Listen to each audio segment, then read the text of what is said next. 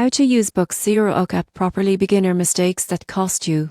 Book Zero has made investing simple and affordable for everyday investors in the UK, but most beginners jump in without understanding how to use it effectively. Let's fix that. Here's how to use Book Zero properly and avoid beginner mistakes that cost you. The first mistake is misunderstanding order types. Book Zero offers 3 zero orders: market orders and limit orders. Most beginners just use market orders, but zero orders, which execute at the end of the trading day, are commission-free. That's how smart investors save fees while building wealth. Next, don't skip the Discover section. It highlights trending stocks, ETFs, and themes like clean energy or tech growth. Beginners often invest blindly, but this section helps you spot opportunities and diversify wisely. Another mistake? Ignoring fractional shares. Book Zero allows you to invest small amounts in big companies like Apple or Tesla, perfect for consistent growth without needing huge capital. Pro tip: enable recurring investments. Setting up automatic deposits into your chosen stocks or ETFs builds discipline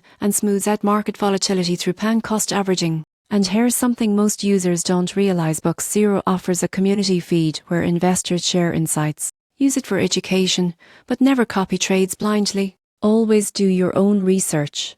The surprising truth? The easiest app to use can still cost you if you don't use it smartly. So, focus on zero orders, diversify your portfolio, and stay consistent. Used properly, Book Zero can turn simple investing into powerful long-term wealth building.